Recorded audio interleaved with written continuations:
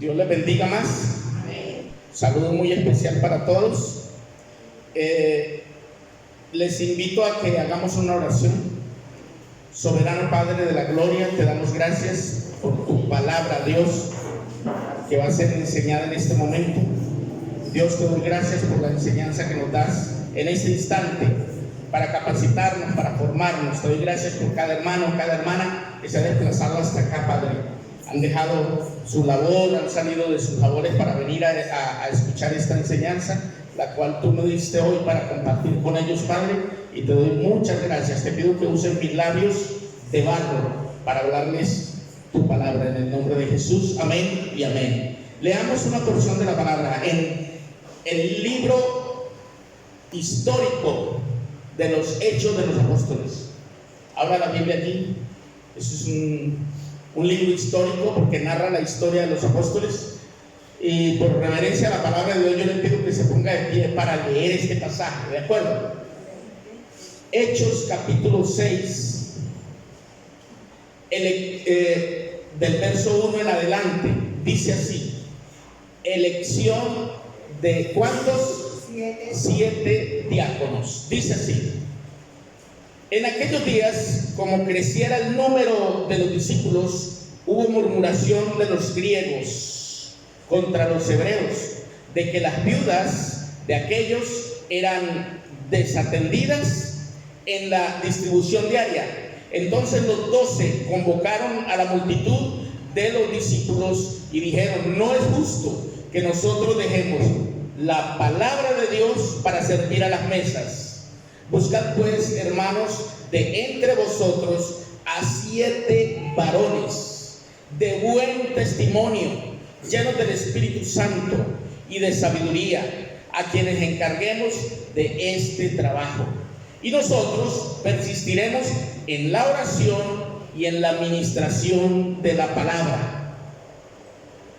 Agradó la propuesta a toda la multitud y eligieron a Esteban, varón lleno de fe y del Espíritu Santo, a Felipe, a Procoro, a Nicanor, a Timón, a Parmenas y a Nicolás, prosélitos de Antioquía, a los cuales presentaron ante los apóstoles, quienes orando les impusieron las manos, y crecía la palabra del Señor, y el número de los discípulos se multiplicaba grandemente.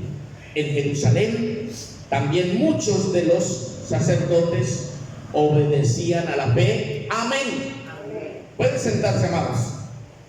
El tema que quiero tratar hoy, y que de hecho lo estamos grabando para compartirlo con amigos y amigas que quieran buscarlo en las redes sociales, porque sé que es una necesidad que tienen los obreros de Dios para compartirle esta enseñanza a los líderes y darles formación.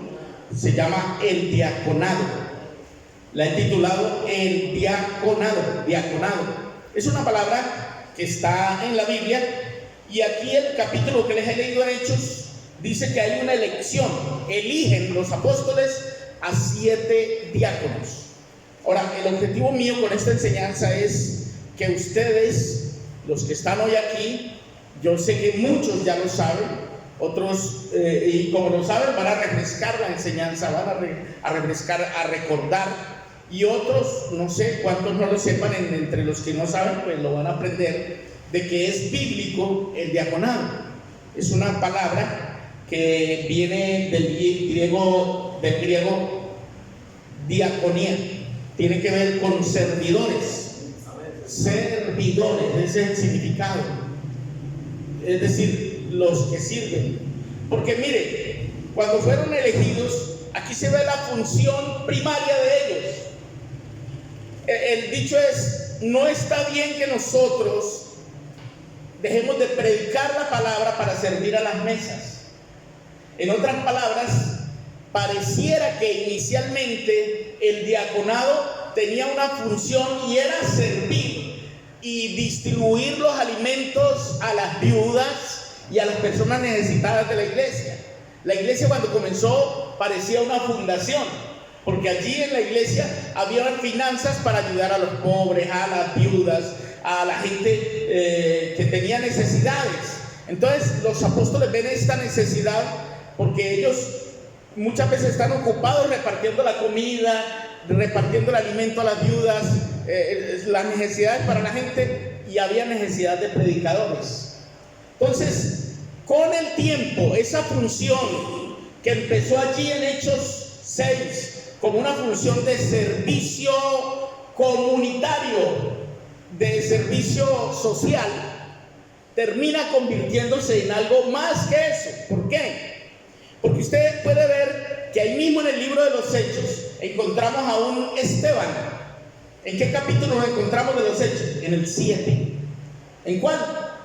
¿Están seguros? ¿Ya lo miraron? Es decir, allí se encuentra uno de estos diáconos, pero este está predicando el evangelio. Está predicando con denuedo. Un hombre ungido por el Espíritu Santo. Uno diría, bueno, él se fue a hacer lo que no lo llamaron a hacer. Podría decir alguien. No. Es que resulta que para ir a predicar, a uno no lo tiene que llamar un hombre, a uno lo llama el Señor. Amén. Para predicar la palabra es un llamado especial de parte de Dios. Quizá para servir a las mesas te llaman los líderes de la iglesia. Hermano, colabóreme en esto usted. Hermana, es tan amable y me ayuda aquí en la cocina. Hay que hacer la comida para la gente. Ese es un servicio para Dios. Amén. Aunque usted lo está haciendo para la gente, pero lo está haciendo ¿para quién? Porque al servirle a la iglesia usted le está sirviendo a Dios. El extremo está en que hay gente que cree que ese no es un servicio para Dios, que barrer el salón no es servicio para Dios. Resulta que todo eso es servicio para Dios. Amén. Entonces, pero luego vemos uno de esos diáconos llamado Esteban en el capítulo 7 ya predicando. Y por causa de la predicación de él, viene a ser el primer mártir. ¿Por qué? Porque la enseñanza de él era tan contundente, tan tremenda, estaba tan ungido, que él no tuvo miedo de decirle la verdad a los fariseos en la cara. Y por eso él provocó que lo mataran. Entonces uno dice, bueno, fue escogido para ser diácono, ¿y por qué murió por predicar? Bueno, porque él dentro del diaconado sintió el llamado de parte de Dios a predicar el evangelio. Hubo una necesidad y él era un conocedor de la palabra. Cuando uno ve el sermón de él, cómo él hablaba de la palabra con denuedo, con autoridad del Espíritu, vemos que fue Dios que lo usó en ese momento para hablar la palabra de Dios, y estuvo dispuesto a dar la vida. Al finalizar el evento con él, dice que él murió apedreado, y las ropas las pusieron a los pies de un joven llamado Saulo, el que más adelante en el capítulo 9 se convierte, y era Saulo de Tarso, que más tarde viene siendo el apóstol Pablo. Amén. Entonces, todo prácticamente a Pablo, para poder estar ahí, quiere decir que él escuchó completico el mensaje de Esteban. Lo escuchó todito, quizá, mirando cómo los demás lo apedreaban y hacían lo que hacían con él. Y si pusieron las ropas a los pies de él es porque él había dado la orden para que lo mataran. Y esa es la razón por la cual cuando se habla de Pablo, se dice un hombre que era asesino, porque él era el autor intelectual de la muerte de Esteban. Pero aún así Dios escogió a Pablo más tarde, ¿cierto? Como quien dice, me mataste a un cerdo, ahora te voy a escoger a ti para que lo reemplaces. Entonces, porque así actúa Dios. Cuando uno como ser humano le desea la muerte a otro, o le desea un mal, porque hay gente que así, para desearle el mal al otro, nunca le desea el mal al otro. Cuando alguien diga, uy, el Señor va a castigar a esa persona, diga así, el Señor lo va a castigar, lo va a poner a predicar la palabra. Y usted dirá, entonces es un castigo predicar la palabra. Bueno, parece ser que para Esteban lo fue, porque mire, pero no era un castigo como tal, no. Él predicó la palabra, la gente se enfureció y dice que le retenían los oídos a ellos, los ofendía con la palabra que predicaran, terminaron apedreándolo. Pero usted sabe que, como dijo Pablo, el mismo Pablo lo dijo más tarde, para mí el vivir es Cristo y el morir es ganancia. Eso no lo entiende uno así, ¿cierto? Porque a uno cuando le van a dar materiales por ahí, uno sí sale corriendo, porque nadie se queda esperando a ver porque lo que es la macheta, eso no da manteca. No da manteca, ni las balas. Uno huye, porque la Biblia enseña que el avisado ve el mal y se esconde. Huir del peligro, nos manda la palabra. ¿Por qué Esteban se dejó matar? Bueno, a Esteban ya lo tenían encerrado, él estaba predicando la palabra. Cuando usted lee ese capítulo 7, usted dice, qué tremendo es Esteban. Y fue escogido para servir a las mesas, como un diácono. Entonces, por eso esta enseñanza va para usted, que es un miembro de la iglesia y que es un diácono. ¿Un diácono qué es, pastor? Un servidor. Eso es, la palabra diácono traduce servidor. Gloria al Señor. Entonces, ahí en el capítulo 6 miramos la función que ellos iban a tener, una función primaria, era servir a las mesas. No le extrañe que cualquiera de los que aquí sirven, que cocinan la comida, que trabajan con los niños, les hacen el refrigerio, no le extrañe que Dios escoja a uno de ellos después para predicar la palabra, para ser un misionero, porque de ahí es de donde Dios se provee de gente para desarrollar el ministerio más adelante. Amén. ¿Usted cree que yo fui predicador toda la vida? No, lo primero que yo hice en la iglesia fue hacer aseo, barrer el salón, bolear boletos, limpiar las sillas. Eso fue lo primero que hice. O sea que el ministerio mío primero también era servir a las mesas, servirle a la gente. Estaba pendiente cuando iban a repartir el mercado para la gente necesitada, ahí estaba yo. Y me decían, lleven esto a la familia tal. Y yo agarraba la bolsa y se lo llevaba a la familia tal. Pero yo no sabía que un día iba a ser misionero, iba a ser predicador, no lo sabía. ¿Eso quién lo decide? Primero Dios, que pone los ojos en cada uno de nosotros. Eso dice la Biblia, amén. La Biblia dice, mis ojos pondré en los fieles de la tierra para que estén conmigo. El que ande en el camino de la perfección, este me servirá. Salmo 101, verso 6. Amén.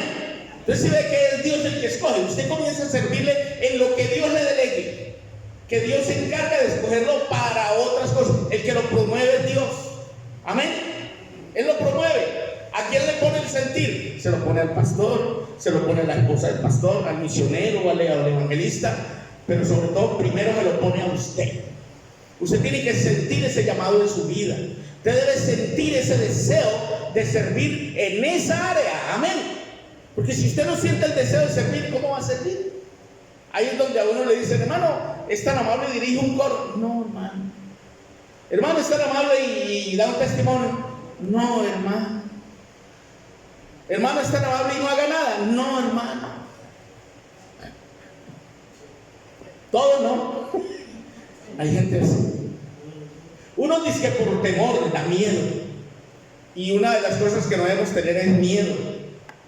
Hay 365 no temas en la Biblia. Dios no quiere que tengamos temor de servirle, amén. Así como Esteban no le dio temor. Y al final, muriendo apedreado, decía, veo los cielos abiertos. Aleluya. Ya no veía las piedras, miraba al cielo y veía la gloria de Dios. Amén. Eso es lo que él veía, la gloria de Dios. Y a Jesús a la diestra del poder, de la autoridad de Dios. Eso era lo que él veía. Ya no le dolían las pedradas, ya estaba en la misma presencia de Dios. Amén. Entonces eso es lo que termina siendo un servidor. Entonces vemos que los diáconos nacen en un momento que hay una necesidad. Hubo una necesidad de la iglesia y tocó nombrar diáconos.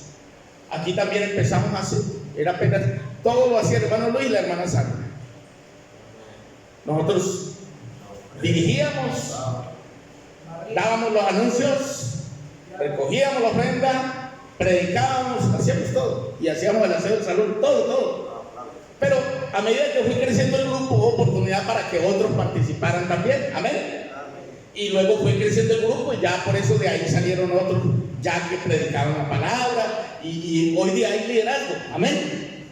Esta es una de las iglesias, de las congregaciones que tenemos, donde hay más liderazgo, ¿sabe? Da tristeza ir por otros lugares donde uno tiene que poner a predicar. En cambio aquí no tiene problema por eso, hermano. Aquí hay predicadores y buenos predicadores. y predicadoras. Amén. ¿Sí son buenos? Amén. Amén. Buenos. Amén. Sí, el Señor les ha dado sabiduría, les ha dado conocimiento, pero sobre todo que no les quite la humildad. Amén. Que sean humildes. Gloria al Señor, dele gloria a Dios. Entonces, el diácono, hermano, cuando hablo del diácono, estoy metiendo allí al líder de los jóvenes, estoy metiendo allí al líder de las damas, estoy metiendo a todo el liderazgo, porque la palabra diácono es para todos, ¿cierto? Claro, uno escoge 3 o 4 hermanos que llevan el título de diáconos para que sean los ayudantes del pastor. Amén. Ahora, la inquietud que algunos tienen, pero ¿y cuál es la función que debe? Porque la primera función aquí es servir. ¿Qué es eso, pastor? Pues aquí no le damos a las viudas, ¿o sí? ¿Tenemos viudas acá? Amén. ¿No? Claro, sí hay. Bueno, póngale cuidado. De acuerdo a la necesidad que haya en la iglesia, ese es el trabajo de los diáconos. El primero que yo quiero que usted se le grabe es que el diácono es alguien que ejerce un servicio tanto a favor de la congregación como a favor de los pastores. Es como un punto de equilibrio que Dios tiene para servir tanto a ayudar a los pastores y ayudar a la congregación, y se convierte en un defensor de los pastores y defensor de la congregación. Te dirá, ¿cómo así? Sí, está en medio, guarda un equilibrio. No se debe aliar con el pastor en contra de la iglesia, ni se debe aliar con la iglesia en contra del pastor. ¿Sí ven? Tiene que ser un defensor de ambas cosas, y para lograr eso, ¿sabe qué tiene que hacer ese diácono? Pegarse de la mano de Dios, porque tiene que ser una persona que practique justicia en la iglesia, porque es el que le va a ayudar al pastor en un momento dado a hacer un juicio sobre un hermano a quien haya que hacerle un juicio. Te dice, ¿y es que hay que hacer juicio? Sí, en la Biblia le permite a los pastores, a los líderes, ejercer juicio contra alguien en un momento determinado. Ejemplo, un problema de inmoralidad. Si lo vimos en Corintios, se vio en Corintios, ¿qué le dijo Pablo? Reunidos vosotros y mi espíritu para juzgar ese caso. Él no quería que lo llevaran delante de los incrédulos, sino que ellos mismos tomaran la decisión. Amén. Dijo, ¿os alguno de vosotros cuando hay un problema de esto llevarlo delante de los impíos? Luego no están ustedes. Dijo, ya reunidos ustedes y mi espíritu, yo ya he dado juicio para eso. Al tal y tal. ¿Sí? ¿Sí lo han leído en Corintios? Él dice que se lo entregó a Satanás.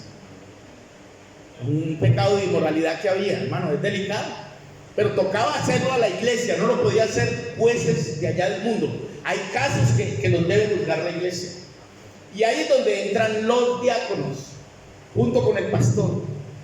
Es decir, uno tiene que confiar en el criterio de sus líderes para tomar una decisión, y que no sea una decisión injusta. Amén. Amén. Recuerde que ahí hay casos, un caso donde el solo pastor llama a la persona y le dice, si él no le hace caso al pastor, hay que llamar a un diácono. Venga, hermano, venga conmigo, vamos a llamarle la atención a este hermano que no quiere cambiar. Entonces ya 2 van y hablan con él, y hay un testigo cerca. Y suponga que no, entonces él va y llama a otro, y vuelven y lo reconvienen. No hizo caso. Bueno, entonces ahora toca decir, hermano, a la iglesia hay que publicarlo, y ahí es donde es duro. Porque si está ahí sentado y uno está aquí diciéndole a la iglesia, él siente que lo están destrozando y que lo están acabando. Pero está en la Biblia. ¿Cierto que ahí es donde duele? Eso es duro. Ojalá uno no tenga que llegar a ese momento. Amén. Entonces, pero se hace solamente por la rebeldía de ese miembro que no quiere cambiar y sigue haciendo daño. No les digo ahorita qué caso podría ser, pero ya ustedes se imaginarán. Hay casos que requieren eso. Entonces, el diácono es una persona dispuesta a hacer la voluntad de Dios. Primera Corintios, la primera carta de Pablo a los Corintios, en el capítulo 14, el verso 3, Dice que Dios no es Dios de confusión, de disensión, sino de paz. Dios no es Dios de disensión, sino de paz. Primera a los Corintios, capítulo 14, verso 3. ¿Quién lo lee? ¿Qué dice? Pero el que profetiza a tales hombres Sí. para edificación, Sí. exhortación y consolación. Sí, el verso 3. Lo leíste todo. Primera Corintios 14. Listo, está bien.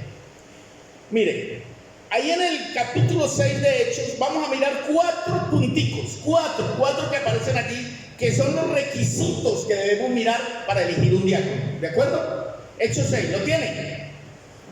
Dice así. Primer punto, buen testimonio. ¿Buscaban gente de qué? Buen testimonio. De buen testimonio. ¿Usted sabe qué es buen testimonio? Que la gente hable bien de lo que usted hace. Es decir, usted hace cosas que la gente dice, hombre, bueno eso que hace. O no tengo que decir nada en contra de esta persona porque es una persona correcta. Amén. Es decir, es una persona de la que van a decir es correcto en sus negocios, en sus asuntos, es serio, en todo eso. Usted mire, tenía que tener buen testimonio. Número 2, lleno del Espíritu Santo. ¿Por qué era importante ser lleno del Espíritu Santo?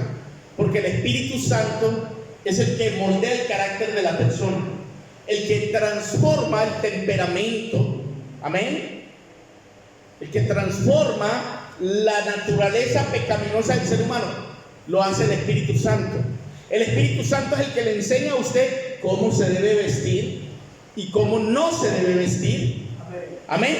Es el Espíritu Santo. El Espíritu Santo le dice qué pecado debe dejar ya, qué cosa no debe practicar. El Espíritu Santo es el que se lo dice. ¿Por qué tiene que hacerlo el Espíritu Santo? Porque es el que vive con usted a toda hora. El pastor no puede estar a toda hora. El pastor apenas está los domingos y de vez en cuando en semana un rato. Y el pastor, después de que usted entra a su casa, de las puertas hacia adentro, el pastor de ahí para no pasa. ¿Sabe quién va con usted? El Espíritu Santo. Él sabe cuando usted está en el baño y cuando está en su cuarto. Es más, Él conoce lo que usted piensa. Aún no está la palabra en mi boca y he aquí, Señor, tú la sabes todo. Él lo conoce todo. Por eso es que es el Espíritu Santo y por eso es que es necesario que el diácono sea lleno del Espíritu Santo. Van dos. Primero, buen testimonio y lleno del Espíritu Santo. 3, sabiduría. Esto está en Hechos 6. Mire, yo se lo leo. Del verso 3 en adelante. Buscad pues, hermanos, de entre vosotros a 7 varones de buen testimonio. Número 1. 2, llenos del Espíritu Santo, ¿cierto? Y de sabiduría. Esa es la tercera para mí. Sabiduría. ¿Usted sabe qué es eso? ¿Sabe con qué se come eso? ¿Sí? ¿Qué es sabiduría, hermano Rafael? Sabiduría, una persona pues llena del Señor, que actúe sabiamente. Que toma las decisiones correctas, guiado por el Señor, precisamente. Por eso el Espíritu Santo y sabiduría, por eso van ligados, pero hay dos cosas: lleno del Espíritu Santo y de sabiduría. Son dos cosas. Pero hay gente que tiene el Espíritu Santo, pero no tiene sabiduría. Sí, está lleno del Espíritu Santo, pero actúa sin sabiduría. Hace cosas que ofenden a otro, que hieran a la gente. Y uno dice, hey, pero dijera que tiene el Espíritu Santo. Usted nunca puede dudar de que alguien tenga el Espíritu Santo, porque es que el Espíritu Santo fue el que lo convenció para estar en la iglesia. Amén. El Espíritu Santo convence de justicia, de pecado y de juicio. La decisión de bautizarse es el Espíritu Santo. Cuando una persona decide bautizarse es porque el Espíritu Santo le dijo, bautízate, ya es hora. Es hora que dejes esto y dejes esto otro. Eso lo hace el Espíritu Santo. Entonces, la sabiduría es una cualidad que la puede dar el Espíritu Santo. Pero hay gente que tiene sabiduría aunque no tenga el Espíritu Santo. ¿De acuerdo? Encontramos gente afuera que tiene sabiduría y no tienen el Espíritu Santo. Pero aquí es necesario que al ser cristiano tenga el Espíritu Santo y que tenga sabiduría. Y la otra, servir a Dios, servir a las personas y solucionarle. Puse acá, entonces, porque aquí dice, póngale cuidado: buscad pues, hermanos, de entre vosotros 7 varones de buen testimonio, llenos del Espíritu Santo y de sabiduría, a quienes encarguemos de este trabajo. Amén. O sea, les iban a encargar un trabajo. Quiere decir, eso es el punto que yo le puse aquí: servir a las personas, suplir y solucionar. Una persona que tenga esas cualidades está dispuesta a servir. Hay gente que dice: yo le sirvo a Dios, y llega alguien con una necesidad, con un problema, y usted no le soluciona. Entonces, ¿a cuál Dios le está sirviendo?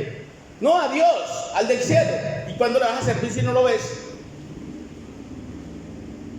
Él se presenta a ti a través de tus hermanos en Cristo, inclusive a través de una persona que no es tu hermano en Cristo. Puedes llegar a buscar una solución al problema que tiene. Y tú, como una persona portadora del Espíritu Santo, deberías servirle a esa persona. No decir: ay, es que él no es cristiano. Pues por eso mismo es que no es cristiano, porque busca a un cristiano para que le ayude o le preste un servicio y no lo presta. Entonces él dice: ¿para qué ser cristiano así tan miserable, así tan inservicial? ¿Cierto? Porque ese ha sido uno de los problemas que tenemos los cristianos. Pensamos que solamente le podemos servir a los cristianos. Es más, somos tan legalistas a veces que si no es de mi congregación, no es mi hermano. Es de otra congregación por allá y dicen que es que ni a primo mío alcanza a ser, menos hermano. Entonces, ¿qué tipo de cristianismo es ese? Cuando encuentras otros hermanos en Cristo y que no son ni siquiera primos tuyos, pues es porque tenemos que aprender que el Espíritu Santo, hermano, no se equivoca, y el Espíritu Santo te da certidumbre de que otra persona, aunque no se congregue contigo ahí, también es tu hermano. Amén. Es tu hermano en Cristo. Porque te vas a dar cuenta cuando te toque viajar, vas a llegar y vas a ver hermanos en otro lugar que te van a recibir con tanto amor, con tanto cariño. Te van a servir como si te conocieran y vas a decir: verdaderamente esta gente tiene el Espíritu de Dios. Porque hay alguna conexión entre ellos, hay ese amor, esa relación, aunque no son del mismo salón, de la misma comunidad cristiana, sea de otro lado, pero vas a ver el amor de Dios también en ellos. Amén, dale gloria a Dios. Es por eso, porque hay una relación espiritual, gloria al Señor. Entonces, esos 4 puntos fueron los que uno ve en Hechos, pero no se queda allí. Esto va más allá, hermano, gloria al Señor. ¿Qué se espera de los diáconos, hermano Mesa? De los diáconos se espera que tengan cuidado de la buena administración en la iglesia. Es decir, que junto con el pastor hagan una buena administración. Si quieres saber, prácticamente los diáconos vienen siendo administradores en la congregación de las cosas de Dios. Ellos velan porque las cosas estén bien. Se daña un ventilador y ellos ahí mismo corren a ver qué pasó con ese ventilador. Claro, aquí no. ¿Por qué aquí no? Porque no sabíamos eso, pastor. ¿Sí o no? Pero eso debe ser así. ¿Qué falta en la congregación? ¿Qué hace falta allí? Amén, hermanos. Amén. Pero por eso estoy enseñándoles esto, que usted no peca porque usted se preocupe por las cosas del salón, del bienestar de los muebles de la congregación. Eso debe ser la preocupación de los diáconos. Que no estén rayando los niños las paredes. No es que le vaya a pegar al niño. Papito, no raya ahí. Y como el niño normalmente no le hace caso a uno, llame al papá. Mire, hermanito, mire, su hijo está rayando la pared y eso costó. Hubo hermanos que dejaron de comer para comprar esa pinturita. Por favor, colabórenos, que eso es un inmueble que es de todos. Amén. Dele gloria a Dios. Esa es función de los diáconos, para que sepan. Es función de los diáconos estar pendiente cuando llega una persona nueva, traerla y acomodarla. Esa es función de diáconos. Amén. Es función de los diáconos. Cuando se quema una bombilla, bregar a ver cómo se hace para poner esa bombilla. Si hay fondos de la iglesia, bueno, fondos de la iglesia. Y si no, hermano, vamos a reunir algo para comprar esa bombilla, porque me estoy explicando. Es función de los diáconos. Le hemos dejado eso al pastor, para que el pastor haga todo eso. Podría ser el pastor, pero para eso tiene diáconos que lo ayuden en esa parte. Eso es servir a las mesas para que el pastor se dedique a preparar una buena enseñanza para darle el alimento a la iglesia, que eso fue lo que pasó en el libro de los Hechos. No es justo que nosotros estemos sirviendo, dejemos la predicación para servir a las mesas. Llamemos de entre ustedes a 7 hermanos para que nos ayuden. Amén. Amén. Eso es el diaconado, hermano. Y por eso digo que son los líderes de las damas, los líderes de los jóvenes, los líderes, porque ellos tienen función de diácono, o sea, servidores de la iglesia. Amén, hermanos. De esos puntos que tengo arriba, que son, está en el libro de los Hechos, hay un punto 5. Finalmente dice el verso 3: hermanos, de entre vosotros a 7 varones de buen testimonio, llenos del Espíritu Santo y de sabiduría, a quienes encarguemos de este trabajo, y nosotros persistiremos en la oración y el ministerio de la palabra. Amén. Dice que eran hombres llenos de fe. ¿Llenos de qué? Fe. O sea, esa es una característica que debe tener un diácono. Una persona llena de fe. ¿Por qué? Porque qué triste que uno como pastor tenga un diácono en la iglesia y entonces alguien por allá pide oración para sanidad. Y uno, hermano, diácono, vamos a ir a orar por ese enfermo. Y dice, ay, hermano, eso Dios no lo sana, ese es un incrédulo. Pero es más incrédulo el diácono. Hermano, hay gente así en la iglesia que no tienen fe.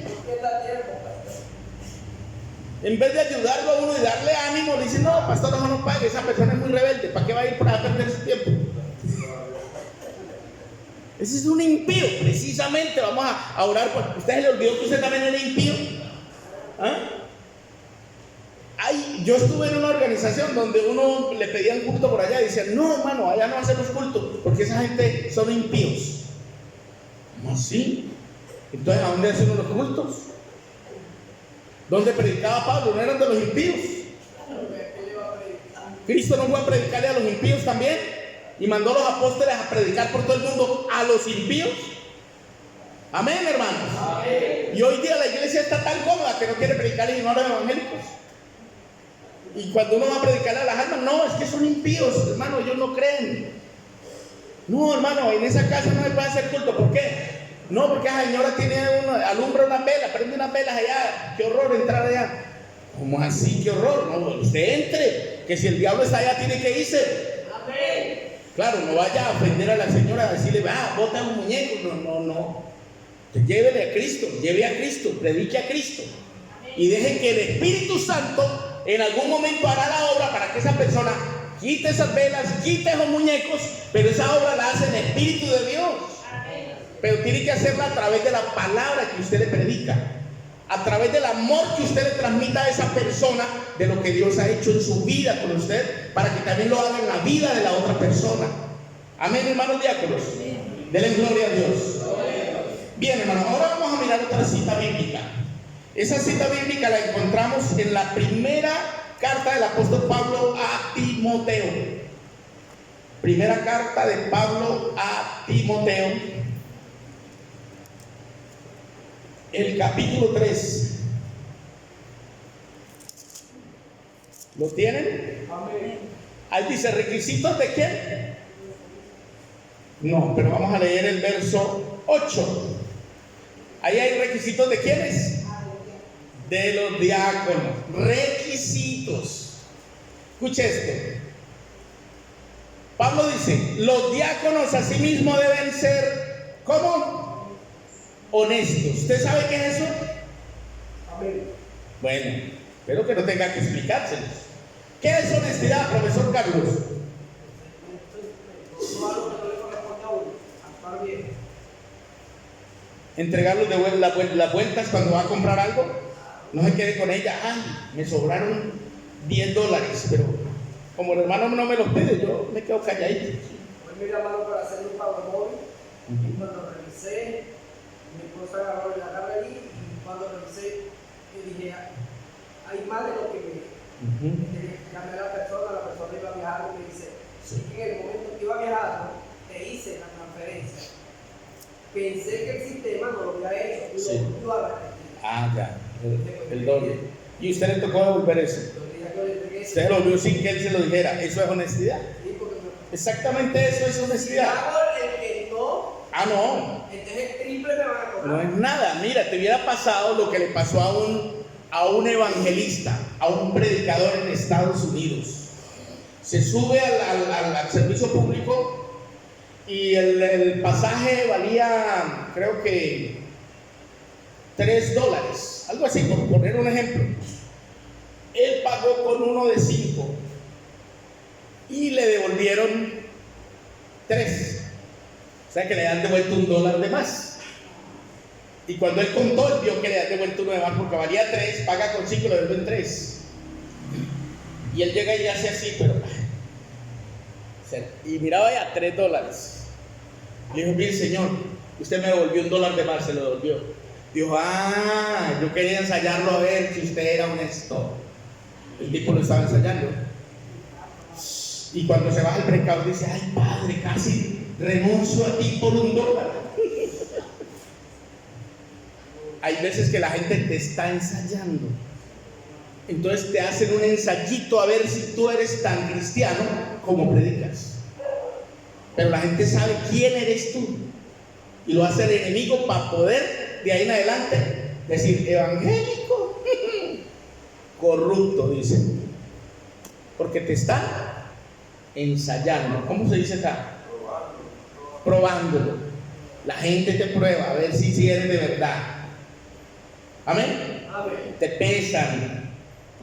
Y le recuerde que la Biblia dice, has sido pesado y has sido hallado falso, liviano. Dele gloria a Dios, hermano. Entonces, Timoteo 3:8 dice que ahí están los requisitos. Los diáconos deben ser honestos. Otra, sin doblez. Ahora sí, dígame usted, ¿qué es eso? Eso es llevar una doble cara. ¿Cómo más se puede decir? Doblez. ¿Ah? Ser un hipócrita consumado. O sea, mire que eso no lo debe tener un diácono. ¿Sí? ¿Doble qué? Uy, no, es que lo dice muy feo. Sin doblez. Bueno, por delante de ese. Amén. No dado a mucho. ¿Quién vino? No tome vino con la excusa de que es que estoy celebrando el cumpleaños de la niña y usted toma una botella de vino. Le echa media botella a la torta, se toma la otra media y hace un cóctel de vino para disimular la rasca. Hay gente que es así. ¿Sabe qué dicen? Ay, ¿cómo Cristo hizo el vino? Eso tiene que ser que no es malo. Pero es que el vino que hizo Cristo no estaba tan lleno de alcohol como el que venden hoy en las licorerías. Amén, hermanos. Entonces Pablo le recomendó a él eso. Ahora, hay un texto donde Pablo le recomienda a Timoteo que tome vino a causa de la enfermedad que tenía. Él tenía un problema intestinal y las aguas en esa región eran aguas muy sucias. ¿Sí? Entonces él le decía, a causa de la enfermedad de tu estómago, no tomes agua, usa un poco de vino. Pero en ese tiempo el vino se usaba con los alimentos. Era una tradición que con los alimentos, en vez de tomar lo que nosotros tomamos, que es un café, ellos le tomaban un vinito. Pero era un vino que era especialmente para comer los alimentos. Ese vino todavía hay lugares donde los venden. No sabe a licor. Es un vino hecho de la uva, pero no tiene licor. Yo sé que aquí quizá no lo han visto porque no tenemos esa costumbre. Aquí preferimos un café o una limonada, un papelón. Pero ellos allá, la cultura era tomar el vino porque era normal que hubiera abundancia de vino porque habían viñedos, muchos sembríos de viñedos. ¿Qué otro requisito? Gracias, hermano. Codicioso, dice en el versículo. Codicioso de ganancia deshonesta. Ay, ay, ay. No codicioso de ganancia deshonesta. Mire, un diácono no puede ser codicioso de ganancia deshonesta. Barájamela despacio, pastor. ¿Qué significa eso? Dejarse enredar en negocios raros. Que vean, ahí en esa alcabala, páseme estos 2 kilitos. Cuando me lleves vaya al pueblo, tranquilo. Ahí se le entrega a Julano de tal. Y ahí le van a dar una plata. Como a usted no le esculca en el bolso. Y usted para ganarse una plata, usted carga los 2 kilitos. O el paquetico aquel, usted ni sabe qué es. Y usted cree que como usted no sabe qué es, usted pasa el paquete. La alcabala. Es que me van a pagar tanto y yo no sé qué, ni voy a preguntar qué es. Por ganarse una plata. Eso es una ganancia. Una ganancia deshonesta es también que alguien le proponga a usted que haga algo, quizá inmoral, y le paga. Eso es ganancia deshonesta. Como el prestar dinero. Ah, bueno, ganancia deshonesta, gracias hermano, prestar al 20%. Usura. Pues sí, hermana, yo sí le presto los $100, pero cuando me devuelva en un mes, me devuelve 200. No, pastor, también puede ser de que uno. Ganancia deshonesta. Acuérdate que todo comercio, todo tiene un valor del 30% de Sí, sino que hay gente lo exagera y ya no es el 30 y no el 90, el 120, el 200%. No, entonces, Eso es deshonesto. a veces uno pues tiene el conocimiento de hacer algo, entonces quiere cobrar excesivamente. Eso. Dice, no, pues no es el tiempo ni lo que Usted sabe que tristemente, hermana, eso que usted está diciendo, aquí lo estuvieron haciendo en Venezuela mucha gente con la gente de Venezuela. Traían un producto por allá de otro país y lo vendían aquí al triple. Eso es deshonesto. Tristemente. Entonces, uno no debe estar en eso, hermano. Si uno es un servidor de Dios, debe ser honesto y debe, bueno, si va a cobrar, tiene derecho a cobrar, pero cobre lo justo, lo que está permitido por ley. Lo que permite la ley en esos negocios es casi el 30% para pagar ciertas cosas. Sí, muchas cosas que si nos quedamos aquí duramos mucho. Obviamente que la lotería es bregando, ganarse algo y usted es el que le salen robando porque te da plata allá y a usted no le dan nada. Mire, hermano, que guarde el misterio de la fe con limpia conciencia. ¿Qué entiende usted ahí, hermana Magnolia?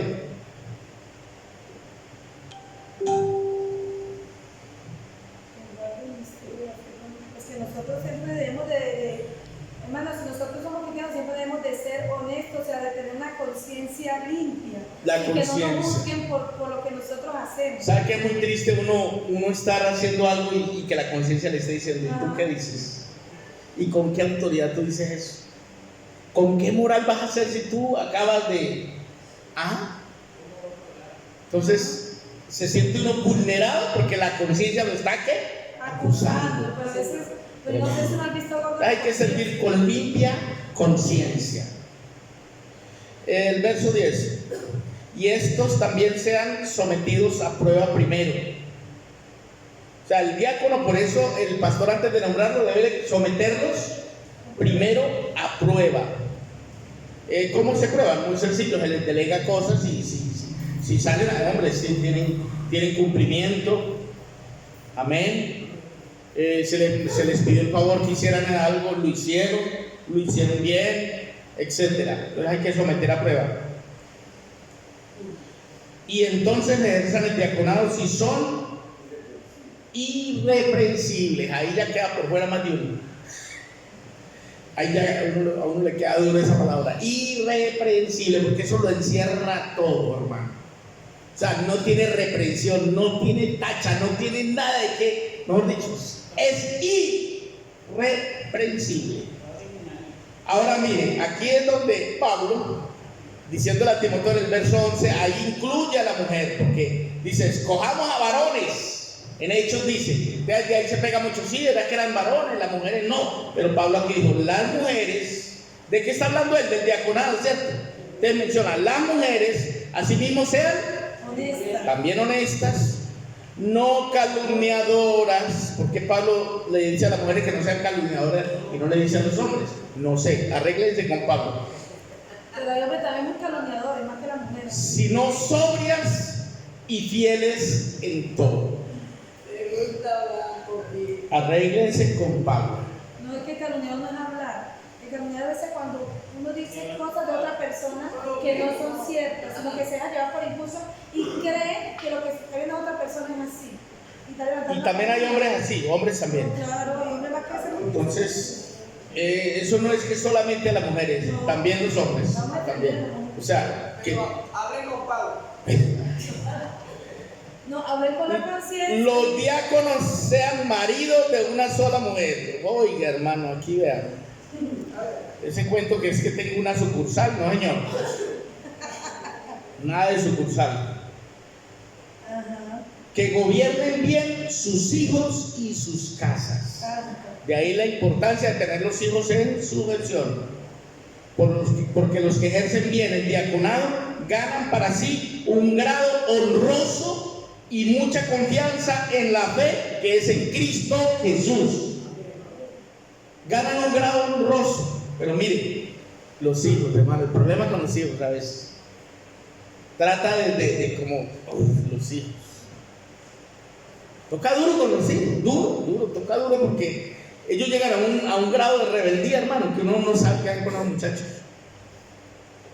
Por eso usted cuando tenga los suyos pequeños, no juzga al que los tiene grandes ya y está viviendo la situación. Porque uno es muy lengua larga cuando, ay, que vea a la hermana fulano, es un muchacho, él no los controla. Y los suyos están chiquiticos. Lo que hacen es correr por el salón y no hay problema ahí cuando están pequeños. Pero ellos van a crecer. Ellos van a crecer, ellos no se quedan pequeñitos. Y cuando crecen, se vuelven unas joyitas. Ya no quieren ir al culto. Tienes que llevarlos, mejor dicho, casi tienes que ponerte bravo con ellos para que vayan. Entonces van al culto así, todo el culto. Entonces, ¿para qué los llevas? A las malas. Porque cada que los miras a ti te va a dañar el genio. Le pido una bendición. Entonces ahí se pone uno que no sabe qué hacer. Al punto que uno a veces por bregarlos a llevar termina peleando con ellos en la casa. Amén. Y después uno dice, ¿y yo a qué voy a ir si yo estoy muerto de rabia también? De porquería, me dañó el día. Y uno no va tampoco porque está muerto de rabia en la casa. Uno siente que al llegar allá todo muerto de rabia, ya qué bendición va a tener uno. Va a llegar tarde porque estuvo peleando con él. Y muerto de rabia. ¿Cierto que es duro, muchachos? Por eso ese tema ahí. Es a manejar a los muchachos, hermanos, necesita ser casi un sabio, un filósofo, un diplomático para manejar a los muchachos. Felicito a las mamás que han llevado la autoridad y los padres que han podido hasta el momento de hoy, que todavía se hablan con los hijos. Los felicito. Que Dios nos ayude, amén. Y finalmente, les voy a leer así por encima que los puntos que saqué de ese capítulo de 2 Timoteo. Miren, 1, honestos, ¿cierto? Si lo leímos. Amén. Sin doblez. Amén. No dados al vino. No codiciosos de ganancia deshonesta. Que guarden el misterio de la fe. Sean sometidos a prueba.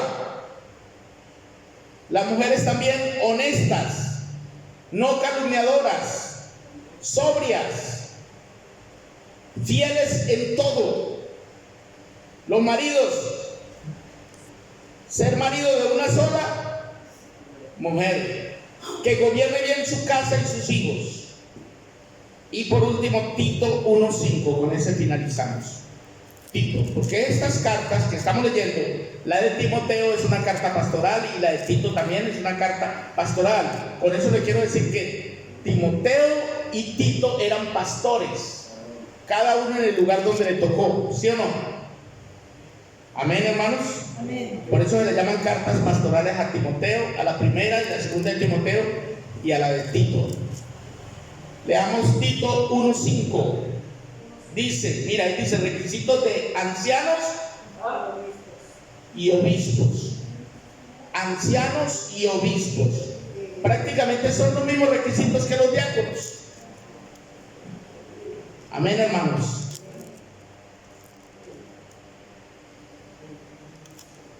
Dice, por esta causa te dejé en Creta para que corrigieses lo deficiente y establecieses ancianos en cada ciudad, así como yo te mandé. O sea, Pablo deja a Tito en Creta. ¿Dónde lo dejó?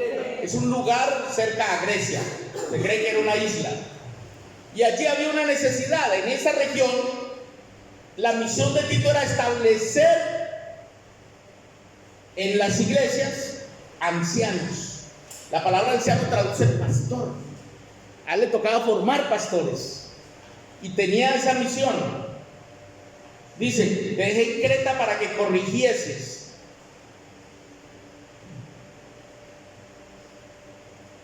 lo deficiente y establecieses ancianos en cada ciudad, así como yo te mandé. El que fuere, mire la característica, esa la llevan también los diáconos: irreprensible, marido de una sola mujer, lo mismo que el diácono, ¿cierto?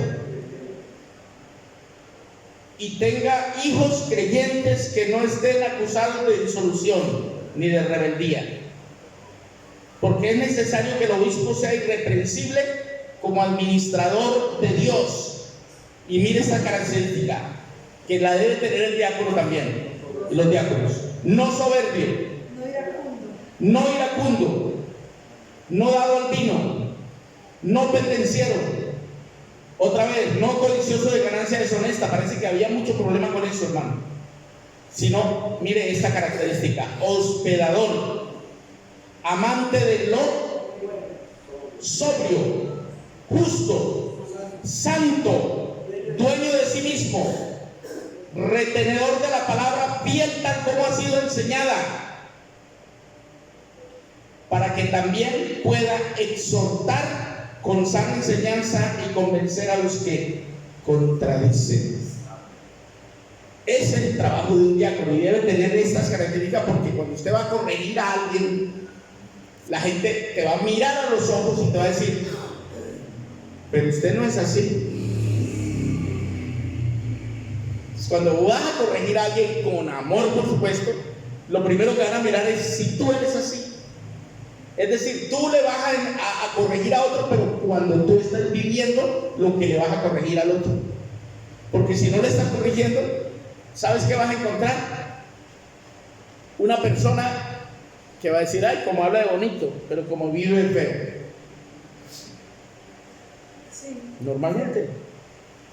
Eso pasa al pastor y le puede pasar al diácono y le puede pasar a cualquier líder que va a aconsejar a alguien. Por eso es necesario tener un buen testimonio. Sí, porque la gente va a mirar primero tu vida y te va a decir: pero hermano, predíquese a usted mismo. Como dicen hermanos, predicador, tú que te enseñas, ¿por qué no te predicas a ti mismo? Eso le van a decir a uno. Perdone, pero es que predica pero no aplica. eso le dicen a uno. Y usted dirá: pastor, ¿a usted le han dicho? ¿Cuántas cosas no me han dicho a mí? Siempre uno pasa por eso. Por eso sé que uno tiene que tener estas cualidades, porque si no, siempre te van a demandar eso. Oiga, pero predique usted también, ¿no? Yo. Y queda uno muy triste. Pero qué bonito, hermano, y con esto finalizo. Me encontré una persona hace unos años, por aquí cerquita, en Kew, en un campamento. Yo estaba haciendo unos ayunos ahí en Kew, y había un señor que había venido de Charallave, también a ayunar, y compartí con él unos 3 días ahí. Al final, cuando me fui a regresar, que no alcancé a quedarme en todo el campamento que hubo, me fui a despedir de él, porque pasé 3 días muy bonitos en el ayuno con él. Él me dijo algo tan bonito, y se lo voy a contar no porque me sienta orgulloso de lo que me dijo, sino que quizás yo no merecía esas palabras que él me dijo, pero me parecieron muy bonitas. Me dijo, Pastor Mesa, yo doy gracias a Dios por haberlo distinguido a usted. Y le dije, hermano, a mí también me alegra mucho distinguirlo. Y me dijo estas palabras, me dijo, pastor, a mí me habían predicado el Evangelio y me habían hablado de Cristo, pero usted me mostró a Cristo. Uy, hermano, eso me pegó duro ya. Dijo, usted me mostró a Cristo. A mí me lo habían predicado, pero usted me lo mostró. Yo dije, Señor, no merezco esto. Y se me vinieron las lágrimas, hermano, porque no me sentía digno de que me dijera eso. O sea, pero procuré esos días que estuve allá con él mostrarle de verdad la vida de un cristiano verdadero.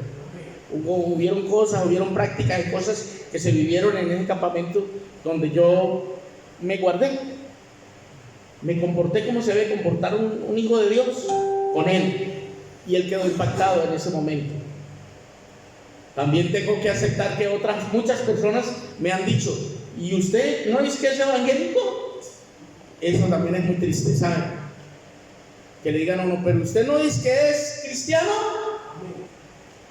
Y donde uno le ha tocado responder, yo sí soy cristiano, pero bobito no soy. Entonces que Dios nos ayude, ¿cierto? Que Dios nos ayude, porque Dios lo que quiere es que dejemos una buena impresión en la gente y que la gente vea en nosotros la vida de Cristo. Amén. Pónganse en pie, vamos a darle gracias a Dios. Soberano Padre de la gloria, te damos gracias por tu palabra, Dios.